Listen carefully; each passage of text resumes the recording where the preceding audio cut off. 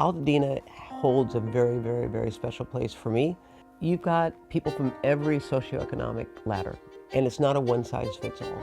That diversity is embraced, but it's also challenging. But people in Altadena, if anyone from outside Altadena challenges Altadena, those are fighting words, but within Altadena, they challenge each other. And it really is about community. Small business is necessary. Small business is needed to stay viable for the whole community to stay viable.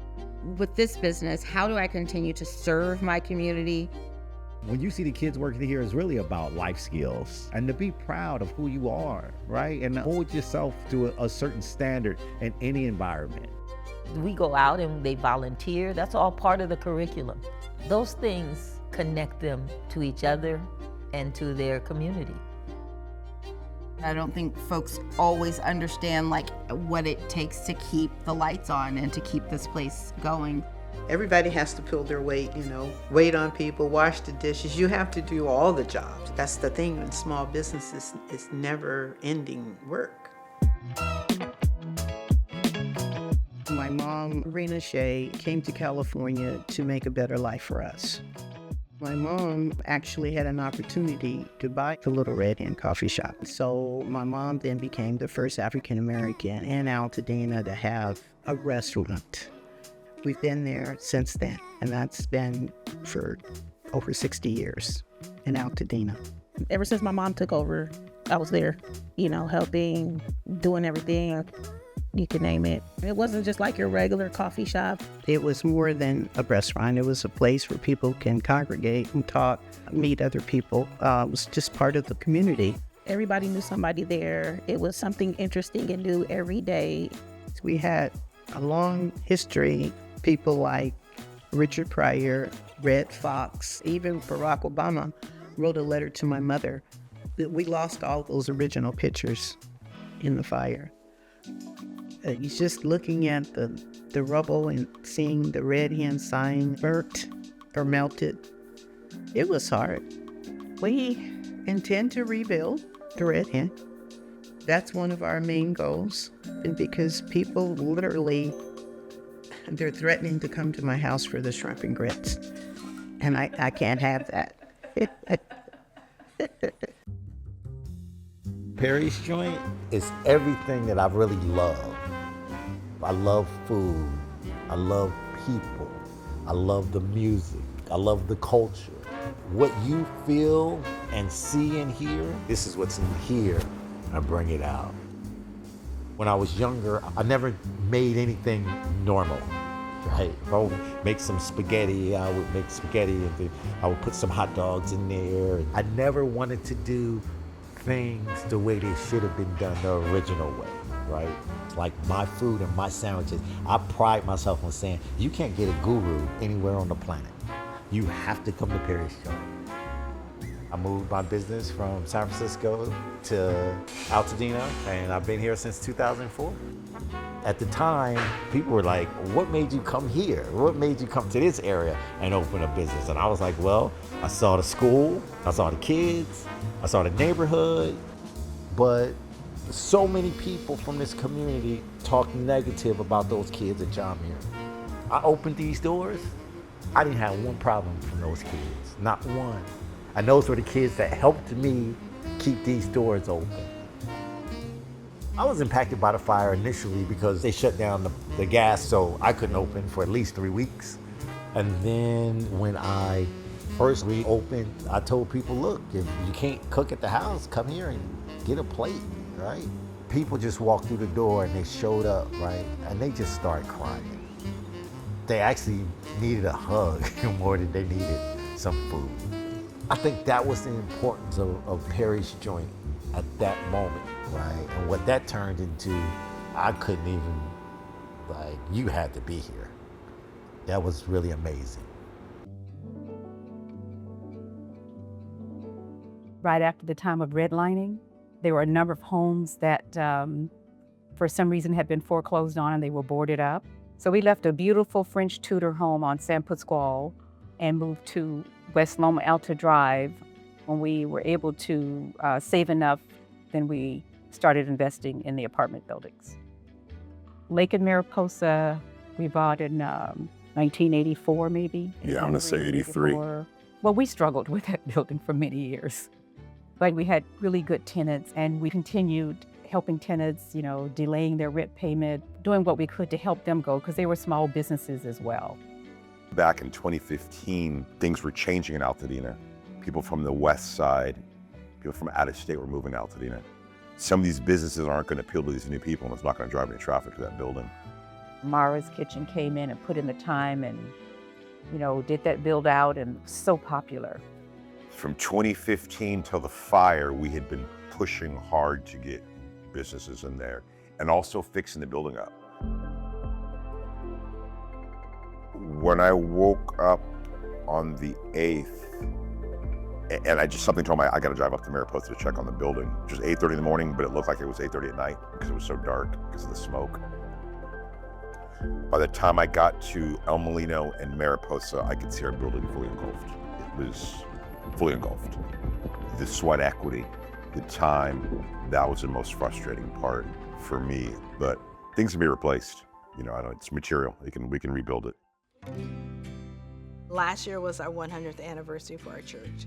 The church has been very active in the community for years. When COVID hit, there was no testing centers in Altadena, Pasadena, Arcata, in the area at all. And so we partnered with Young and Healthy. And Young and Healthy came in, they did testing. All the church members were asked to volunteer.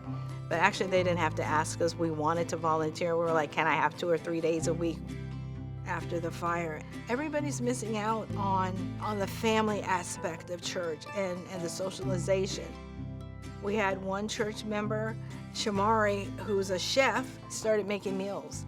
So they opened it up to the entire church. So I don't know how they did it, but I think being a Christian and just believing that God doesn't make mistakes and that no matter what we go through, He's there for us, has helped all of us get through it. At our church, there are a lot of us who are either not in our homes or the houses were burned down. And like I said, last year was our 100th anniversary for our church, and we didn't get to have our celebration. So we're figuring whenever our church opens, we're going to have an anniversary celebration. We're going to do it. Growing up in this area, there's a richness of literature. And of course, we are home to the legendary Octavia E. Butler, who is my favorite writer, my idol. And this bookstore is really just honoring how she has changed my life as a reader. And I want to give that to the community. Being a Black woman bookstore owner is unusual, right? The misconception that I fight against the most is that Black folks don't read, and that's just not true. So 3 years ago, I opened Octavia's bookshelf. I want to not only model for other little Black girls who are watching me as a business owner, as a bookstore owner, as a lover of literature, but I also want to normalize our stories and normalize seeing us, in the back of the book under the author photo. The Monday before the fire, the weather report said that we're going to have, intense Santa Ana winds. So that Tuesday, the fires kept getting closer. And so we still had Wi-Fi and we still had power. So I was like, okay, cool. But then I started to think, I'm like, oh, well, wait a minute. If that's the case, maybe other people will need to get Wi-Fi access too. So I went on Instagram and I was like, hey, everybody, the shop is okay. We have Wi-Fi. We have power. If you want to come here, to get online. And that's kind of what started the Mutual Aid Hub. This is the power of community. Altadena is still actively on fire. People don't have anywhere to go. And so now we need toothpaste and formula and diapers. And within about 48 hours, it became abundantly clear that this was no longer a bookstore for the time being. This is just going to be a resource hub. And the only way I was able to do that is because I have an engaged community. People were donating $5, $10, $5,000. I mean, and every single bit helped. And so that is how I was able to stay open for 6 weeks and not sell a single book. My name is Shalene Hearing, and everybody says Sipu. And Sipu is Mandarin for a female master instructor. Martial arts was a journey. I started out wanting to defend myself. In 1995, we started our studio on Colorado in Pasadena. But after a 30-year marriage, I lost my husband. He passed away. And when he passed away, I thought I was just done. I wasn't gonna do it anymore. And the students really were the ones who reached out and said, hey, no, we gotta have a place, we gotta go home. And they started making me realize that we were a family, we had a home, we had a place to be. And I went solo. I kept the business going. 2008, I moved from Pasadena to Altadena and started Two Dragons again. My thought process when I began was focusing on the youth, but then a lot of our seniors needed, something. They needed something to engage in to have the best quality of life for themselves. Last week, I had a 102-year-old in my class, in the Tai Chi class. 102. That was my first centenarian.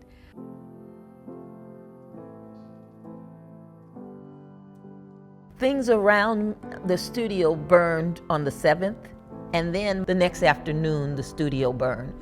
It just made me realize that this was a building. I didn't affect a building. I affected lives. The energy and the pouring and the love that came from that, I knew I was supposed to do something. I didn't have a choice. It was like, get your butt in gear, figure out how do you get these families back together. So, by a couple of weeks later, we were in the parks. I started out with 2 days a week, and we were just gathering. It was a community of people hurting, and we needed to be together.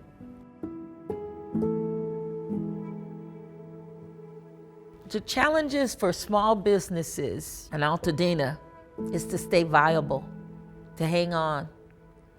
We need help, lots of help. We need FEMA, we need the Small Business Administration, and other federal agencies like HUD to come together to talk about how we are going to bridge that gap for many that either had no insurance or are underinsured. My path to recovery has been rocky. I lost 30% of my customers. With the help of the community and Green Line Housing Foundation, I was able to get the funding to purchase the land. And so my plan is to rebuild. The Red Hen is not going away. I mean, we're still online. People can book us. We have pop-ups all the time, and we cater. We looked at a couple of places, but we have something that we're working on right now. So we're going to rebuild. This is a historic event that has happened to us, right? It has completely changed the landscape. The Altadena that we have known is no longer. And I think this is our opportunity to make our mark for the future. And when Altadena comes back together, those businesses, we won't have a community if we don't have the businesses. And the businesses won't have a business if we don't have the community. We have to be together. Without this just giant community of people, I would not have been able to meet the challenges that come along with being a Black woman, business owner, all of the intersections. I could not exist here and do this work without community. The community fell. Let's rise together.